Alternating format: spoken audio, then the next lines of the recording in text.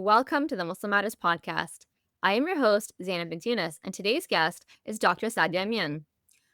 Ansi Dr. Saadia Mian serves as an instructor for the Ribat Academic Institute. She also teaches the class entitled The Crowning Venture and is a Tajweed instructor. She is a board certified endocrinologist and runs her clinic as a functional endocrinologist. While in medical school, Ansi Sadia traveled to Syria to study Arabic, Quran, and sacred knowledge. She has ijaza in Hafs recitation from Sheikh Abu Hassan al-Kurdi, rahimahullah. She is the author of the book The Crowning Venture, Inspiration from Women Who Have Memorized the Quran, along with a companion journal, and also the book Hormones in Sync, which will be released in fall 2026. Welcome to the podcast, Ansi Sadia. Thank you so much. I'm so excited to be here with you. I'm just really glad we could connect because I feel like we've been online connected for years now, but we haven't actually talked, have we? No, wait a second, we met. Yeah, Yes. in Texas, right? He's at the Rabat the literary conference. Oh my gosh, that's so long ago. Yes, many moons ago. Back then, Ramadan was probably in a different season than Yes. it is now. Well, So, now that we could connect again. alhamdulillah. So every year as Ramadan rolls around, people are always panicking with all kinds of fasting related health questions, medical questions. And you're here to basically give us a crash course on how to keep healthy while fasting, what to watch out for while fasting, how to know when it's time to stop fasting, all that kind of stuff. So the floor is yours. Where do we start? Yeah, so I always like to start out with what is the purpose of Ramadan? What is our goal with Ramadan? And always when we ask our whys and our intentions in the beginning, the best place to turn, of course, is to look at the Quran and the Sunnah. So Allah subhanahu wa ta'ala has told us about fasting being ordained for us in the ayah that, oh, you who believe, fasting has been prescribed for you as it was prescribed for those before you so that you may attain taqwa, which is often defined as God consciousness. But the ultimate goal of Ramadan, number one, it's obedience to Allah subhanahu wa ta'ala. And I love this translation that took this from. Sometimes the word ordained is used, and this one prescribed, right? So being a physician, I kind of like that because it is healing for us in this month of Ramadan. There is so much shifa in all different forms. There's emotional healing, there is physical healing, and there is spiritual healing, all of it. MashaAllah, just by the very fact that we are fasting these long days is very good for our health. Of course, the spiritual benefits are there. And but how can we benefit the most from Ramadan? When it comes to this month, we know that we want to increase our prayers. Where we, inshallah, want to pray the Tarawih prayers in the evening. We want to increase in Quran recitation. We want to serve others, break people's fasts, be generous, and help people in whatever way we can because it's such a blessed month. And so the question is, where do we get all the energy to do this?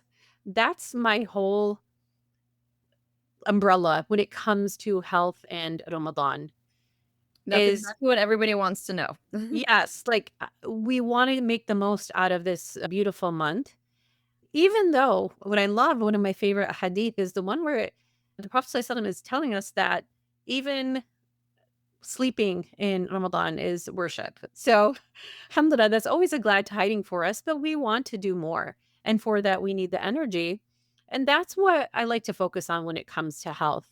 A lot of times I see that during this month and leading up to it, there's so many things out there that, oh, start this new exercise routine, make all these changes in your life, learn how to and my whole thing with that is that if you weren't really exercising before, this is not the time to take on like a whole new exercise routine. That's not People the point. treat Ramadan almost like a New Year's resolution, but it's like literally the worst time to start like tacking on things like entirely new exercise routines. Like you should just focus on like improving what you can to get through stuff, not exhausting yourself even more with things that are technically not a necessary part of Ramadan.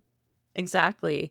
The only time I might say that somebody could focus on that is if that is a part of their daily routine. And of course, we know the importance of maintaining muscle mass, etc. But even that, 1 month is not going to make or break somebody's health. So I don't recommend it's a time to start anything new when it comes to exercise routines and things like that. And when it comes to energy, keeping that simple as well. And one of the first things when it comes to energy is hydration. Because actually, the human body, we can go long periods of time without food. And however, one thing that can make a big difference with our energy as we're going through is, are we maintaining hydration adequately during the times where we can eat and drink? And so that's one of the first things I'll say. It's so simple. And even in that, we have certain things in the sunnah that can support us. So one of the things is drinking nabith, which is a drink that you can put dates in your water overnight and let it soak and drink that in the morning. It's a very good way to keep hydrated, and also it's taking the nutrients from the dates. And this is something that also can help with iron deficiency. And so that's one example of a nice drink to drink in Ramadan. Of course, then just during the Tarawih time, making sure that we're drinking and we can do little things to get a little bit more benefit from the water. We can add a little bit of salt to it. Some people like to use electrolyte powders and things like that. As long as it's healthy, not overly loaded with sugar, that can also help with extra hydration as well. And it's something very easy to do.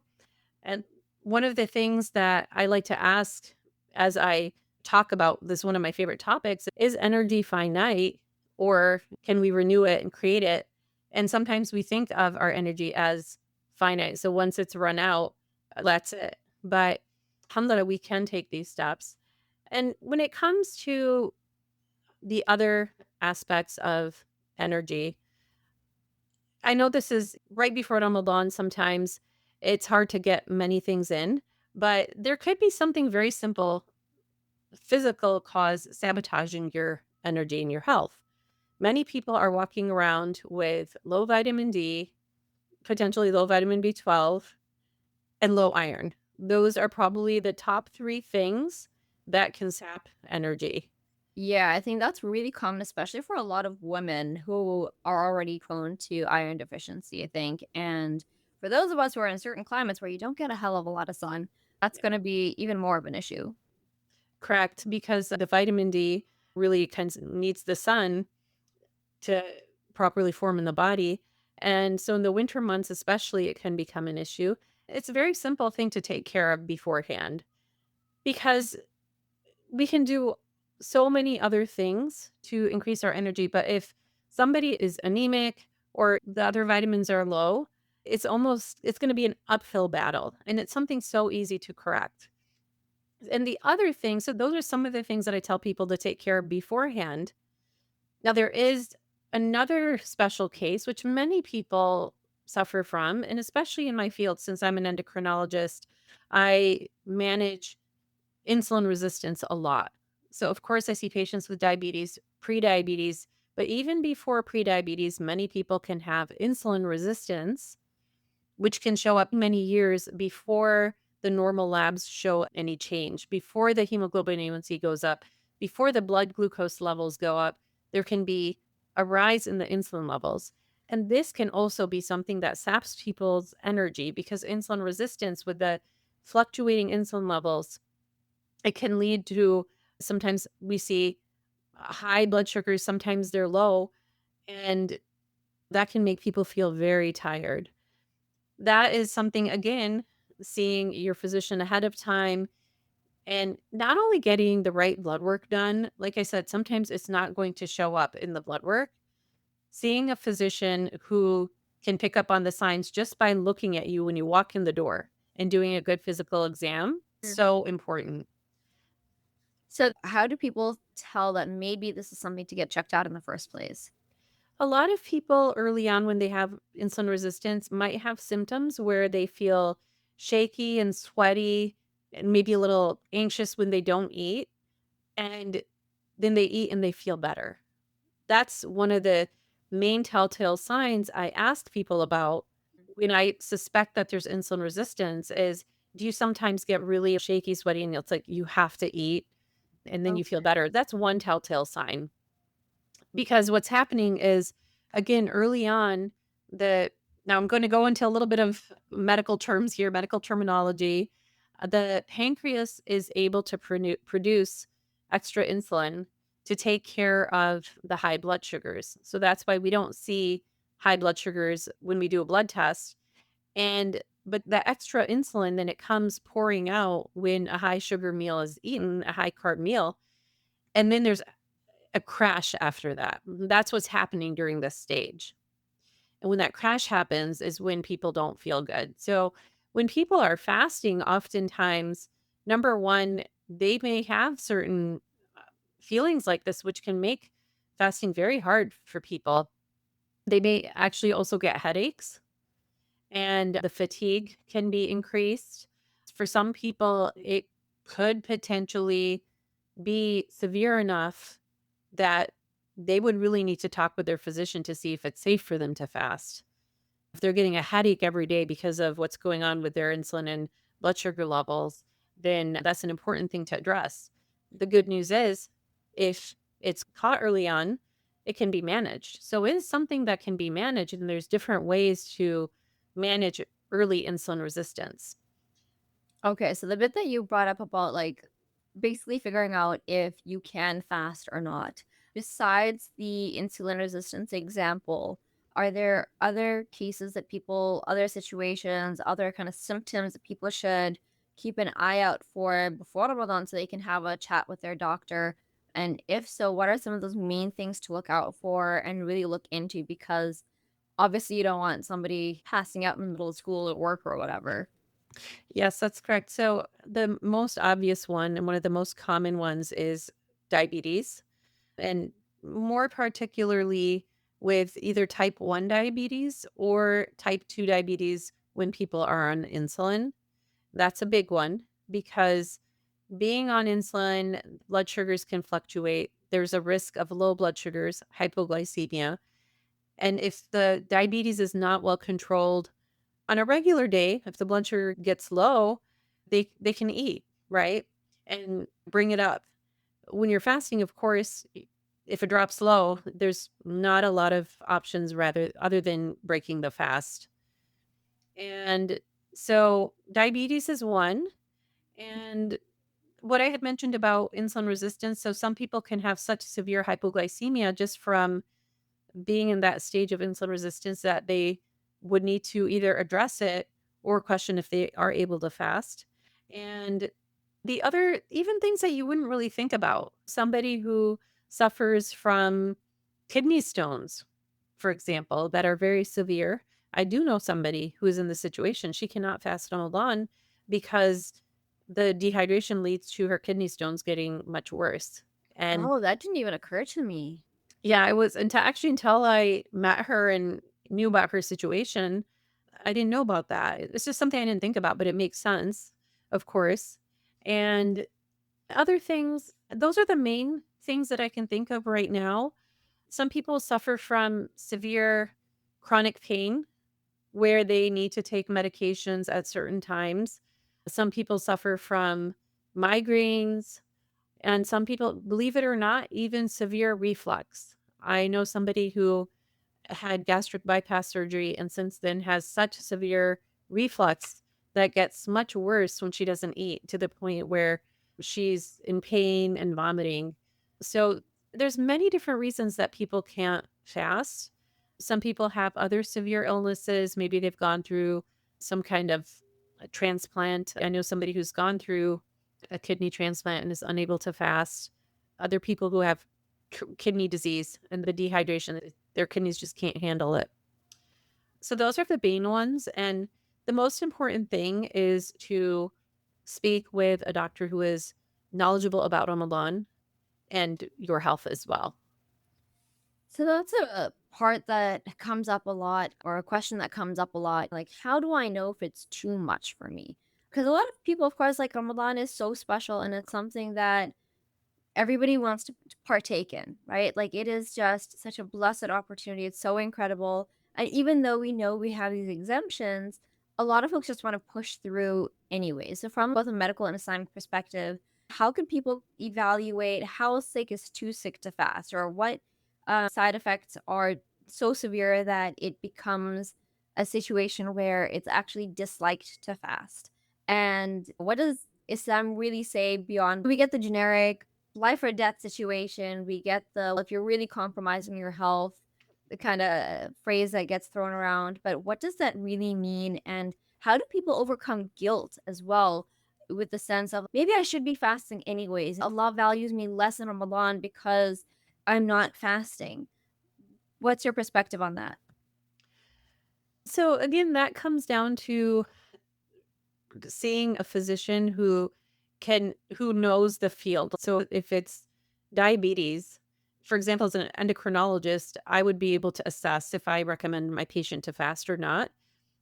But the other thing is that we have to realize that in certain cases they could try. Let's say Ramadan is around the corner and they could actually try and see how is it going to go. If I'm not having I can start the day fasting with the intention that I'm going to fast. But also, if my blood sugar drops to a dangerous level, then I know I must break my fast. And then you work around the whole issue of, or what do I do after when it comes to that? And then this is something that comes up often with pregnant women. And again, they should talk with their OBGYN, but pregnancy does not mean that a person cannot fast Yeah, automatically. this is a contentious one that always comes up where you've got people who just say, "If you're pregnant, don't fast." And on the other hand, you've got folks who are like, "You can almost always fast while pregnant." But it really depends on your own body, how severe your pregnancy symptoms are, or how not, how they're impacting you. When I was pregnant, I was in my first trimester and I was throwing up constantly anyways, and I couldn't keep anything down. So I just fasted and it was actually so much easier. But then I know other people who have had really serious, like, dehydration, pre-gestational diabetes, all that kind of stuff, and they absolutely could not fast because that would literally endanger both themselves and the fetus. Yes, correct. Oftentimes, the second trimester is a great place to be during Ramadan because the nausea and vomiting that some people have in the first trimester is usually over. And the second trimester is more of a smooth sailing time. They're not so close to delivery and big and uncomfortable. But the big question is, would there be harm to the mother? Would there be harm to the baby? And unless there's some kind of extenuating circumstance, many women can fast. And it's just the most important thing when it comes to pregnancy, again, is ensuring that they are hydrated. Because if they're dehydrated, it can lead to potentially going into early labor as well. Know that. Yeah, so it can lead to harm. And it's important when it comes to women who are pregnant during Ramadan to also make sure that then the priorities are correct because the hydration is super important. It's a non-negotiable. And oftentimes when people go to pray Tarawih, they don't want to drink a lot of water because To be making that mid-Sarawih bathroom dash. yeah, exactly. So the question is, we have to have priorities. Fasting is fard, Tarawih is sunnah. And so if you're going to be fasting, don't jeopardize your dehydration. If praying Tarawih means you're not going to be hydrated enough, then you have to make a decision there. Or you pray, maybe you don't go to the mosque and pray, maybe you pray some at home where you can ensure that you're hydrated. Really making sure that the priorities are in order. And then again, just like with some other illnesses, you could start out the day fasting and see how it goes. If you get sick and you need to break it with good cause, then that's acceptable. Is it an option to do one day fasting, one day not fasting? If that's what it takes to remain hydrated, then yes, it's better than not fasting at all. Okay. And I think just like with anything, not only in our being, but in our lives, is always asking ourselves, Am I being honest with myself? Am I really trying my best? Or am I letting my nafs make the decisions? And when we know ourselves, we know, okay, I'm really trying my best. But for example, if I fast every single day, I start having preterm contractions. Obviously, then that would not be something to do, to fast every day. You try your best, and almost like they say, take it as it comes and see, because sometimes we just cannot predict. We might have the best of intentions that I'm going to fast and it's going to be fine, and I fasted in my last 2 pregnancies, but maybe this one is different for whatever reason. Maybe there is now gestational diabetes or early insulin resistance. Maybe there's other factors that would preclude fasting. So it's a very personalized decision, but I think the important thing is to realize that fasting being pregnant in of itself does not automatically mean not fasting. Yeah, I think that's the key to keep in mind because so many folks jump to that. And I think, well, the same thing basically can be applied to women who are breastfeeding as well, correct? Correct. Yep. Exactly. It's the same thing. Yes. So outside of that, another common one is blood tests. Folks who say they've got whatever medical appointments, things coming up. Can they get blood tests while fasting? And can they donate blood fasting? It's a little bit more of a 50 discussion, but how would doing blood tests and donating blood impact the fast? And is that something that you recommend? Is that something that you'd say just avoid it and do it after Ramadan if you can? How would you weigh in on that? Yes. I think the number one thing to ask is this blood test absolutely necessary? So a blood test does not break the fast. And the question I would ask is it absolutely necessary? When I see my patients in my clinic, it's very rare that somebody needs monthly blood tests. Usually, I'm testing every 2 or 3 months for people who I'm making medication changes. So this falls under the category of whatever you can take care of before Ramadan, take care of it before Ramadan so that you don't need to do it during Ramadan. Unless it's an emergency, in which case, if you need emergent blood work, it probably means you're in the emergency room, in which case, Do again, it. you would be, yeah, and you would be excused. As far as donating blood, again, I would probably avoid it during Ramadan. Again, it's not, if it's going to cause harm and it's going to make it so that you can't fast or you miss a fast, then absolutely, it's not even, it wouldn't even be allowed. I really can't think of why anybody would need to donate blood during Ramadan, but bloodletting does not in of itself break a fast. Okay, that's great to know. How about evaluating fasting for elderly folks? So I know this is going to be similar to what you'd mentioned just in general about knowing your health and getting checked out.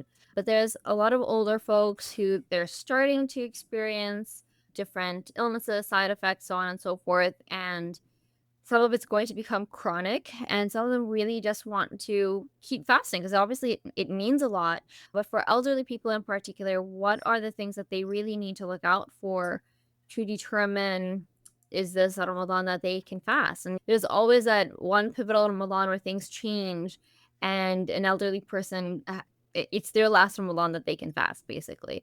So, how would you help navigate that? Yeah, so again, I would look at the health of the individual because it is every single situation is completely different and every person their health is different. And I see some very active, healthy, lively elderly people and I also see some that they have a lot of illnesses. So again, I think coming down to seeing their doctor and getting the green light. So in that case, maybe for young people, the default is you're going to fast unless you have some reason not to. And with the elderly, I would still say that the default is they're going to fast unless there's a reason not to. But I think there's more of that concern to make sure that it's safe for them. And so it's even more important to see their doctor.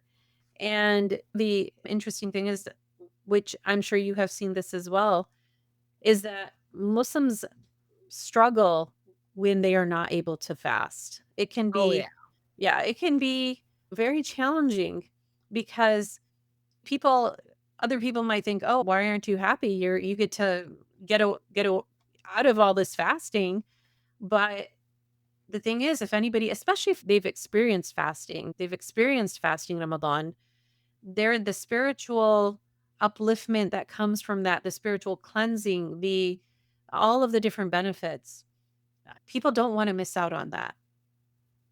It can be a trial for a lot of people. You had mentioned guilt, that sometimes people feel there can be guilt and there can be sadness. Maybe they feel guilty that other people around them are fasting and they're not. Of course, out of adab, anytime that we're not fasting, it's a beautiful part of the faith, and it's become a part of the culture is that don't eat in front of the fasting people. But regardless of that, I know people personally, friends of mine, who yearn to fast. And I would say that, again, I would never discount their feelings because they're real. It's a sadness. But the advice that my teachers always share is find other ways to serve people and make it a month of supporting other people. And then there's so many other forms of worship that you can participate in. And so do as much as you can in those realms. So perhaps because you're not fasting, maybe you have more energy for extra prayers. Maybe you have more energy to cook for other people. And so finding those other ways where you're still a part of the community, you're getting that reward, and you feel good about it. Creative in your ibadah, basically. Yes, exactly. So another common question is about injections, puffers, ear and eye drops. And obviously those are all used for different reasons, but for example, somebody who's asthmatic, can they take their puffer while fasting, or does that break their fast and become an issue of, okay, how severe is it to begin with, and should you be fasting in the first place? That is actually the question. If somebody's asthma is so severe that they need to be using an inhaler, which of course anything that is oral breaks the fast. So I think that's also where it's important to the rest of the year, and especially leading up to Ramadan, make sure that you're in contact with your doctor and seeing your doctor to get your conditions under control. Somebody who is needing an inhaler multiple times in the day, their asthma is not under control.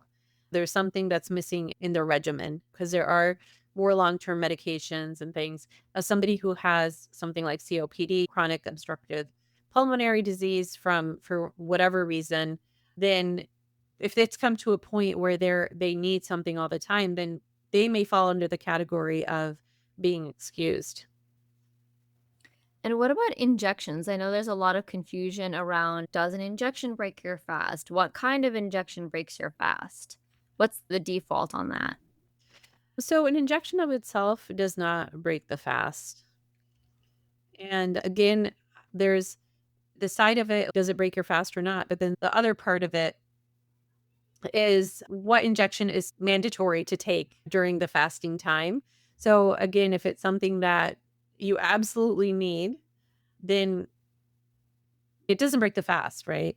But then the question is, we don't want people going around in some kind of, "Oh, I'm gonna give myself, like, B12 shots during my fast," Yeah, or the things like vitamin that.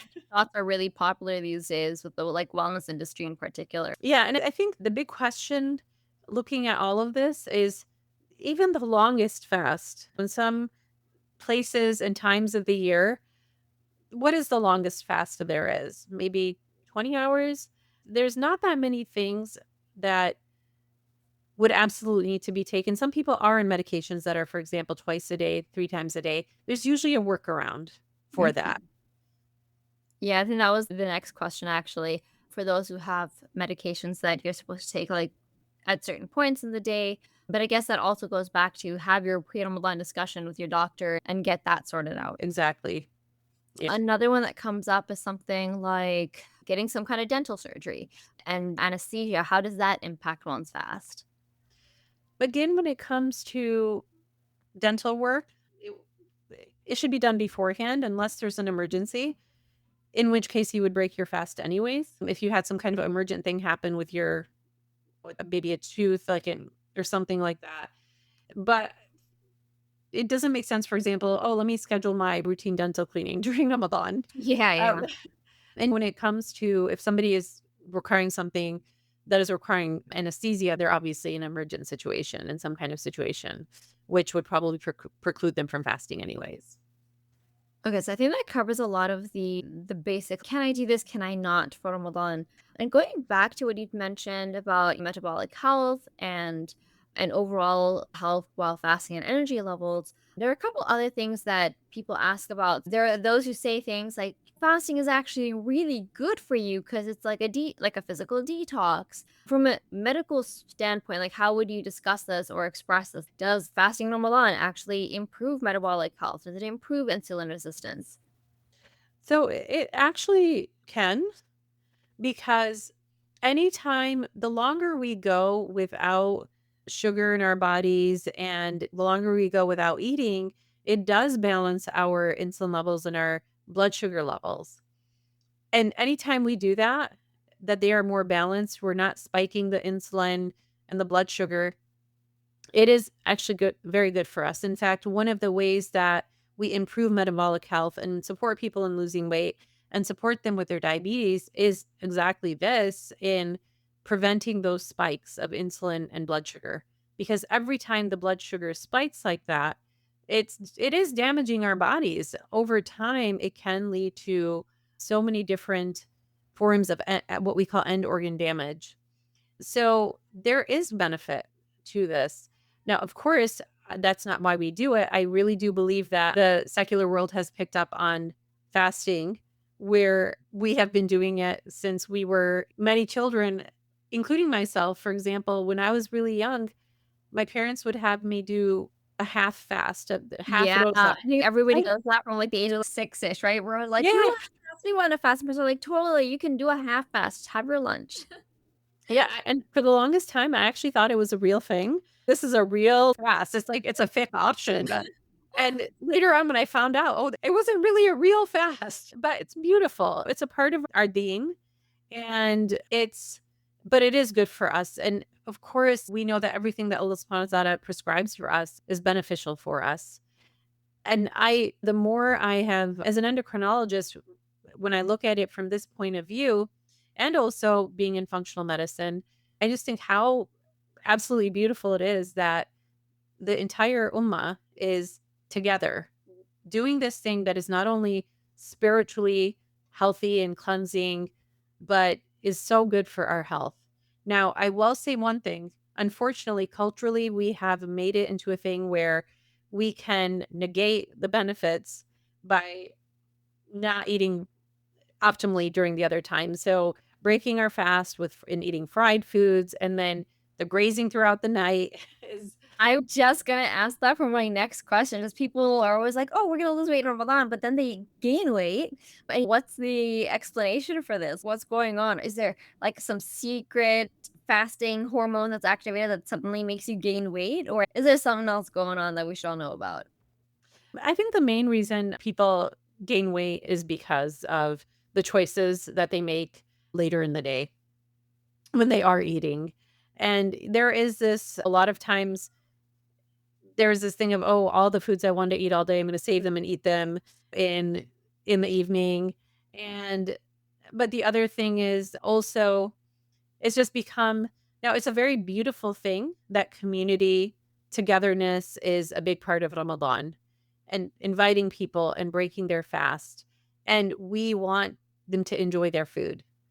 And so part of that is presenting like all of these foods that they're fried foods and things like that. Now, unfortunately, I think that because society has gone so far away from making food that tastes good and is also healthy, that this it comes down to this. It doesn't have to be that way. That's the paradigm shift that I would love to see in our communities, is that we can still make food that is tasty but is healthier for us.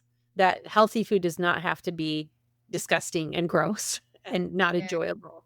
And Um, everyone wants, like, Ramadan like, specific Ramadan foods too, so it's, "Okay, I'm not eating all day, but when I can eat, let me make it worth it," kinda thing. But then it's that balance, as you said, between keeping yourself healthy, because there's really nothing more unpleasant than when you have, like, your iftar hangover, basically. Yeah. Instead of we're all the way to support and maybe feel a bit nauseous then too, and it's just not a great feeling to have, and that doesn't set you up for a good day of fasting, and then your energy is redirected with, like, how gross you feel instead of, "Okay, I feel good, I feel energized, I feel, like, balanced out, I can do my worship, I can do my everyday responsibilities and have that extra energy for my ibadah." Yeah, yeah, exactly. It's like you don't feel good. Then oftentimes we eat these heavy meals and then we go to sleep. And that's just a recipe for disaster. Mhm. And but so there's many different things that we can do to one thing that I know if it's when it's hard for people to make change. And again, I don't recommend in Ramadan doing like a whole big overhaul of one's diet in the sense of, okay, I'm going to give up gluten and I've never done it before, but I'm going to do that now. And I'm going to give up X, Y, and Z. If you can do it and it's easy for you to make changes, that's fine. I would say, but there's other ways that we can support our bodies. One of the things that I tell my patients is in the beginning, when it's hard for you, instead of focusing on all the things that I am cutting out, just add in more things that are going to support your body. And I like to talk about food as either it's supporting our body or it's really not supporting our bodies because I don't like to use good and bad all the time when it comes to food. Mhm. So the question is this supporting me or not? And one very simple change to make is breaking the fast. Obviously, with the sunnah, either a date or some water, and then starting out with a nice nutritive warm soup. Which number one, that it's very nice and warming for the body that's been fasting all day, and it's good for for the digestive tract to have warm liquids. And it And it happens to be a huge part of a lot of Ramadan cultures, honestly, to have your little your particular Ramadan soup that you have at iftar. Exactly. And then it also keeps us a little bit more full. So, okay, if you're going to have those other foods, there's a point where you're just going to be full now. You can't eat as many samosas as maybe you would have. So, I mean, and then increasing veggies in our diet. That's something I tell my patients too is okay, in the beginning, just if you're not eating a lot of vegetables, just start eating a little bit more vegetables. It's Mhm. a easy change to make rather than let me cut out all of these things and then I'm just gonna be really hardcore and then I'm just gonna basically give up because it's too hard. Yeah. Another common set of questions alongside the food one is about sleep and how Ramadan is disruptive to sleep schedules. How would you say this adjusted Ramadan schedule impacts people's overall sleep and then their overall health, especially with regards to things like cortisol, insulin, testosterone, that kind of thing? And what would your advice be on the best way to manage your Ramadan sleep habits alongside your eating habits? So when it comes to sleep, so disrupted sleep and flip schedules and things, they can have an effect on cortisol levels and even when it comes to like insulin levels and some of the other hormones. I think that the way I look at Ramadan is it's 1 month. It is a month where we we could do with a little less sleep than we usually sleep. And it's not going to make or break us if let's say we spend some extra time in the evening awake doing extra worship. It is a time where we in a sense want to increase in that and potentially give up some sleep as well. Now, of course, the caveat to that is if somebody has health issues that would really affect them and harm them from doing that, say staying up later at night, then of course we use our wisdom. Wisdom combined with being honest with ourselves is so important as we practice our deen. I think it's a lot to do as well with our relationship with Allah, right? Like you're going to be more honest with yourself when you have that particular awareness that Allah knows you better than you know yourself. And if you're trying to fool everybody else around you, you can't fool him anyways. So that's part of it. And the other thing too, as you said, Ramadan is a month that is worth losing a bit of sleep over. And a lot of people over exaggerate the impact of disrupted sleep. There's a lot of folks who anyways just have bad sleep habits, and in a lot of ways, Ramadan can help fix that because when you're focused on, "Okay, I have to get up for suhoor, I have to get up for fajr, I have to make sure that I get enough sleep so that I can function my day," you're going to be slightly less likely to stay up till 3 AM doom scrolling because Right. you're thinking about those consequences for later in the day, so that can actually help maybe potentially fix some people's sleep schedules. That's a very good point because actually I think that many people they don't have an optimal sleep schedule anyways, exactly like you said. And I think with the advent of smartphones and how easy it is to get caught up in doom scrolling at night and staying awake. So people don't have necessarily the best habits now when it comes to sleep. And the other, so exactly like you said, during Ramadan, we want to refrain from all of those things. We want to try to stay off of social media unless we have a good reason to be on there. And we want to focus whatever free time we have working on Quran. One of the things that I love about this month is that it's the only month in the year that somebody could be sitting there at 2:43 and 30 seconds reciting Quran and nobody's going to say something anything to them like, "Oh, get up, you should be doing X, Y, and Z." No, it's no, my job this month after I do all of the things that are necessary. We obviously pray our 5 daily prayers. If we have work, we go to work. If we have small humans who are dependent on us for survival, right? People who have kids, you that's actually something you should be doing, right? So you're taking care of them. But any other time other than that, we are reciting Quran. And we don't want to spend our time doing those other things. And so if our choice is, okay, either recite Quran or sleep, at that time, actually, you're right. Somebody might say, okay, I think I'll go to sleep now. And those covered a lot of the important basics for most folks, I would say. I actually want to switch tracks just a little bit because this has come up a few times over the years that it's become a recurring thing, I think, in terms of those who are looking to get pregnant, folks who are concerned about their fertility in particular. What do you have to say about, from a hormonal standpoint, does fasting in Ramadan improve, harm, or have no effect on the fertility of men and women? And for people who are actively trying to conceive, they're worried, are we going to lose our chance this Ramadan? What advice do you have for them?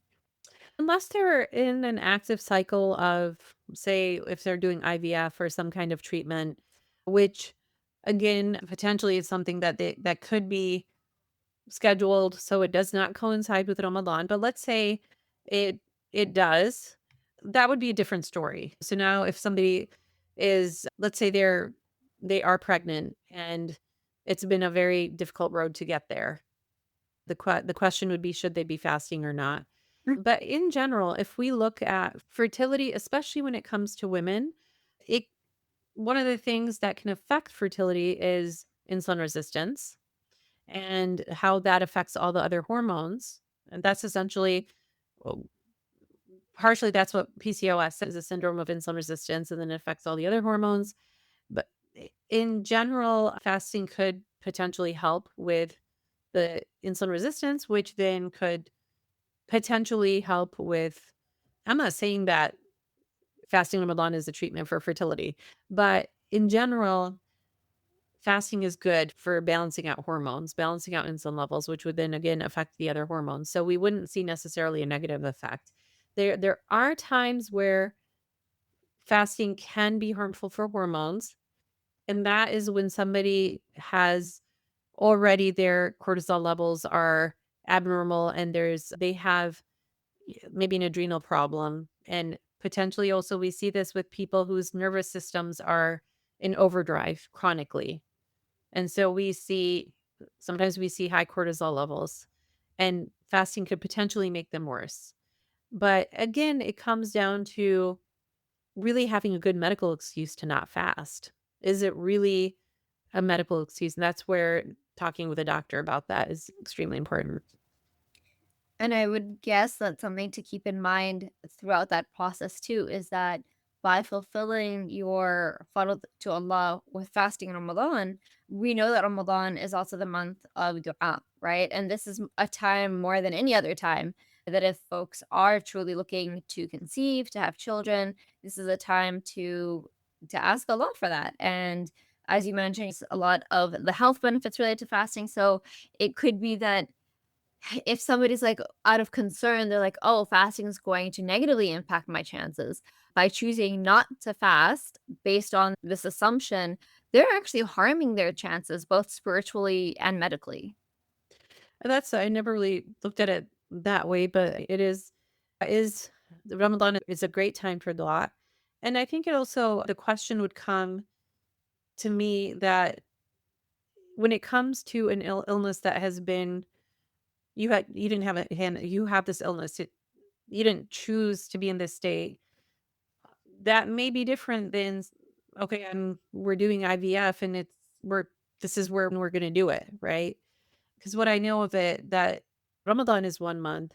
And so either it's something that could be because it's something you schedule, right? So you schedule these treatments. And I would say that it's actually really important to try to schedule it so that it does not affect one's fasting Mm. during the month of Ramadan, which is again, it's fard.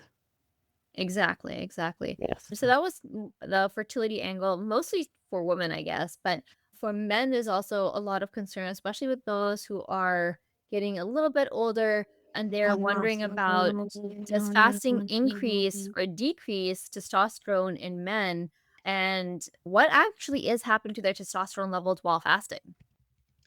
So in general, there's a rule of thumb that when men gain weight, their testosterone levels go down. And when women gain weight, especially if they have PCOS, their testosterone levels can go up. So it's an opposite relationship. And I would say that most people who are struggling with low testosterone, most men who are struggling with low testosterone, they may have some kind of metabolic syndrome going on. So either they have insulin resistance, prediabetes, or even diabetes. And one of the treatments for naturally increasing the testosterone or giving it the best chance of increasing is to focus on metabolic health and losing weight. So if we know that fasting can improve insulin resistance, then I don't really see any harm to men's testosterone levels from fasting.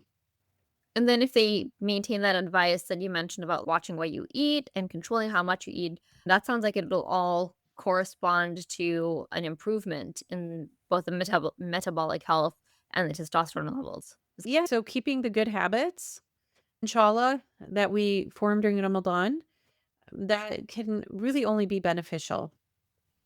And that's a lot of it in Ramadan. For some people it helps to break that cycle of just constant eating and training oneself to realize I can go longer periods of time without eating. I don't need to the moment I feel either a pang of hunger or unfortunately a lot of people aren't really eating out of hunger, but it's emotional eating.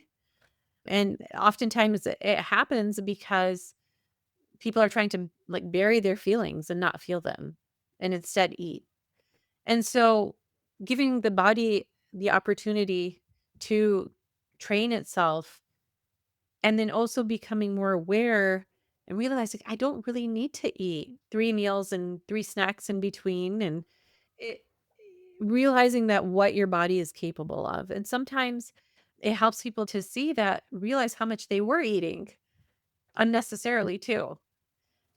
So the nice thing about Ramadan is that it's giving us this external structure through which to discipline ourselves. We know the spiritual aspect of that, but it's got an emotional element to it too that translates to the physical, right? If you're saying a lot of folks are emotionally eating or eating out of boredom, as an example, with that kind of forcibly removed from the equation, it gives you an idea of, as you said, what you're really capable of and of maintaining that throughout. Exactly.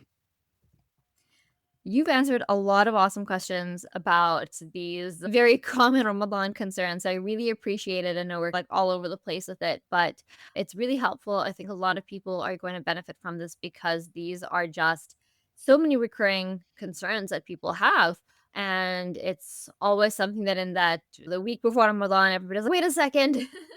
And I think the first week of Ramadan too is a lot of panic mode in terms of, am I doing this right? What if this is not good for me? What if that's not good for me? So I'm really glad that you were willing to join us and give us the lowdown ahead of time. Before we leave, what is the final advice that you would give to folks who are listening? Your top 3 tips of having a successful Ramadan spiritually and physically, and just making sure that we're doing the right things for our body while we're fasting this Ramadan.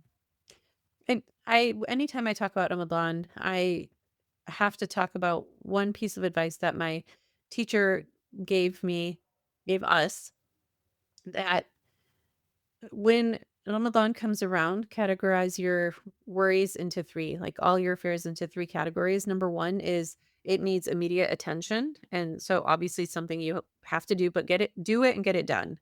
So if you have a leaky roof, that is something that requires immediate attention. So you're not going to wait till after Ramadan to take care of that. So there's that one category. The second category is things that can wait till after Ramadan.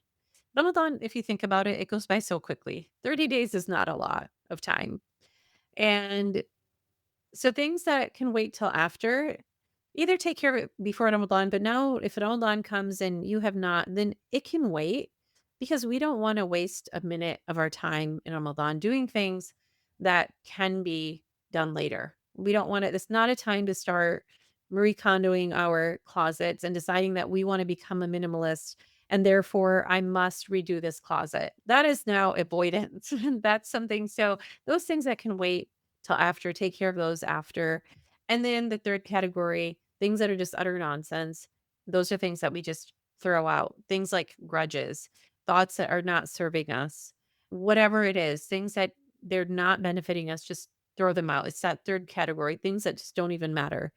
And when we think about it like that and we have this paradigm, we understand the importance of maximizing opt like our ibadah, our worship in this month and focusing on that, then so many other questions really fall to the wayside because and again when it comes to our health, keeping it easy. It's not a time I want people to start stressing about big huge changes. Just think what is going to help me to make the most of this month? What do I just if that's the bare minimum I'll focus on when it comes to health.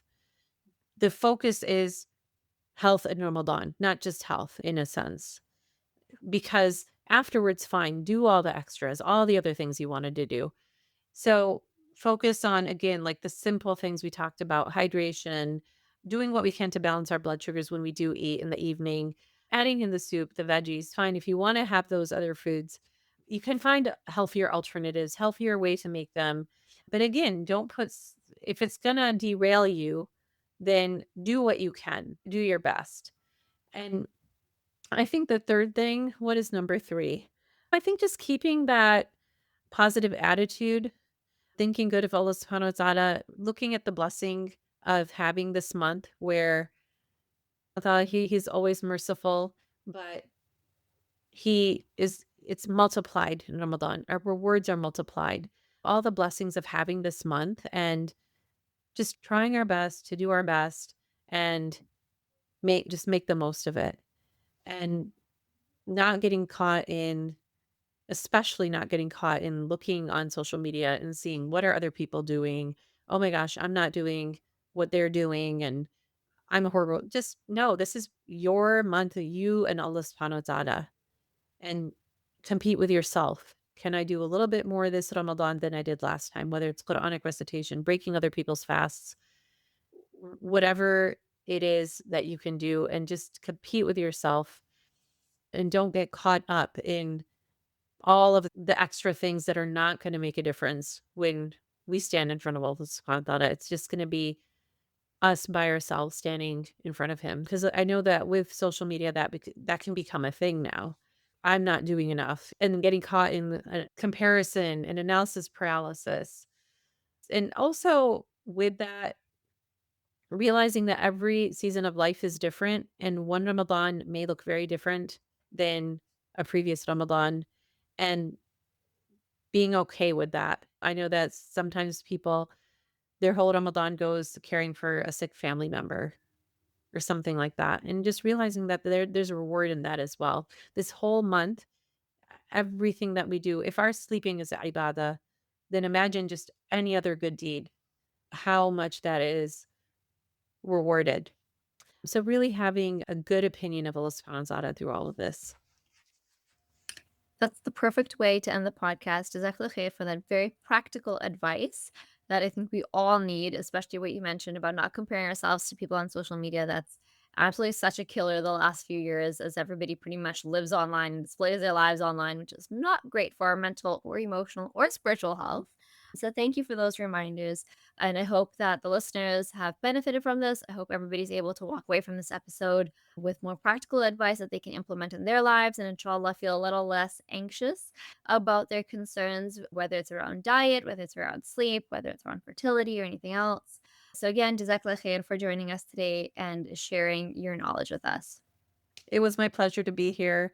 And I pray that inshallah we all have a beautiful Ramadan filled with all the blessings and come out of it, inshallah, stronger.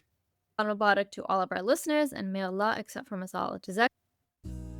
Hey everyone, don't forget to subscribe to our podcast and follow us online on Twitter, Facebook, and Instagram on our handle Muslim Matters. And check out our site daily at muslimmatters.org. Thanks for listening, and we'll see you in the next one, inshallah. Assalamu alaikum wa rahmatullahi wa barakatuhu.